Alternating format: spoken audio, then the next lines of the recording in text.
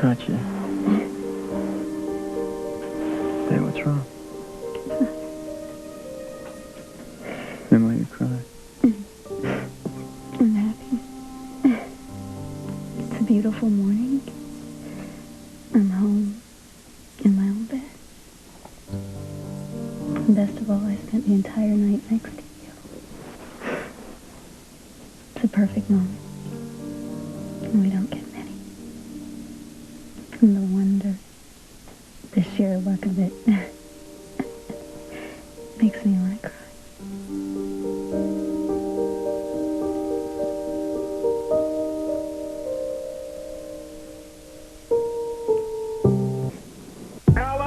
Monica, this is exactly the problem. They are never around where they're supposed to be. Grandfather, this is completely unacceptable. Leave my room right now and then close the door behind you. You have no right barging in here like this. I didn't expect to see you in bed with a deviant. Listen to me, young man. I am going to see you arrested and prosecuted for defiling my granddaughter, and I will watch you as you spend the rest of your worthless life in prison. Edward, look, I hate to spoil your theory.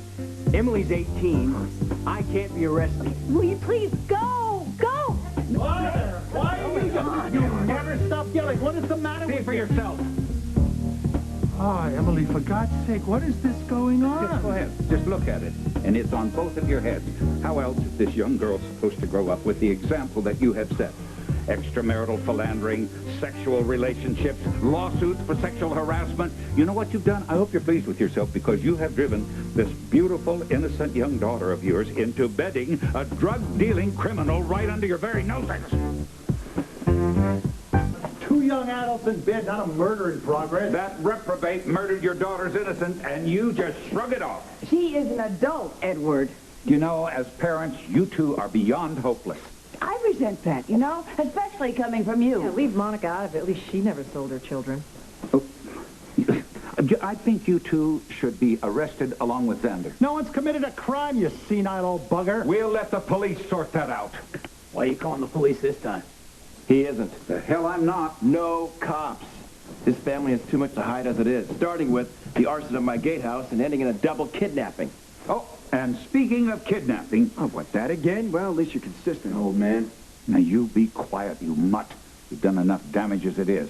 You, young lady, you're the one I want to hear from. Well, I've got one thing to say, and then the subject is closed. What Zander and I do is our business, and no one else's. Away from home for a while. I make my own choices now, and I expect all of you to respect my privacy. Well, to be honest with you, Emily, finding you in bed with somebody in this house is, to say the least, disconcerting. Hey, there's a simple solution, Mom. Knock on my door before you come barreling in. If Grandfather had given me that courtesy, I would have told him that I had a guest. Zander is not a guest, my dear. He is a serial delinquent who should have been put behind bars a long time ago. What, because I'm a kidnapper? So it must be you. Hey, take it easy. You're treading on thin ice. Yeah, this from the arsonist? You know, excuse me. I hate to interrupt, especially when your best insults are coming out at the moment, but do we really have to do this in front of the baby? Why the hell didn't you tell me that Christina was... Oh, come here. Well, maybe we thought the pram with the moving bundle inside would be a clue. You know what, Sky's right. No innocent child should be subjected to this. Well, maybe I'll take her to have her bottle, if that's okay, Ned. Yeah, thank you. Here we go. Oh, Little girl. There you go. Go. Oh, bottle's right in there. Girl, the newest little Quartermaine. God, you are the cutest little baby. You're the prettiest little girl in the world. now you listen to me, young lady. And you too, you hooligan. There will be no fornicating in this house. And I'm going to make sure that it never happens again. Reginald, call the police. Door. Reginald, don't just stand there. Tell whoever it is to go away. Oh, Daddy, surely you don't mean that? Isn't someone gonna welcome me home? Why now? I warned you never to darken my door again. Daddy, that was ages ago, and I suddenly realized it has been such a long time since we've all been in the same room together. Oddly enough, it seems only like yesterday. Oddly enough, I really miss you, and look who I brought with me. Come on, sweetheart, don't hang by the door. Come in and get acquainted with your family. I'm sure you'll recognize everybody. This is your grandfather, Edward, the family patriarch. Oh. The one permanently standing in his shadow is your Uncle Alan. Come with me. This is your Auntie Monica. Sweetheart, you ought to think about updating the hairdo. And your cousin AJ, the little black sheep of the family. Are you still living at home? Let's see. Let me guess. You're that little orphan child that Alan and Monica adopted, am I right? Is it Emily? How good to see you standing, sweetheart. Last I heard you were in a wheelchair. Him, I have no idea who he is. He's probably a gardener. The servants around here get way too much latitude. Daddy and I agree on that. Now, I have saved the very best for the very last. This is your older brother, Ned, my firstborn, who can't help but love me in spite of himself. Don't be so sure. Dillon, I feel like I should say, nice to meet you. Me too. All of you. You probably couldn't tell when you walked in, but we were kind of in the middle of something.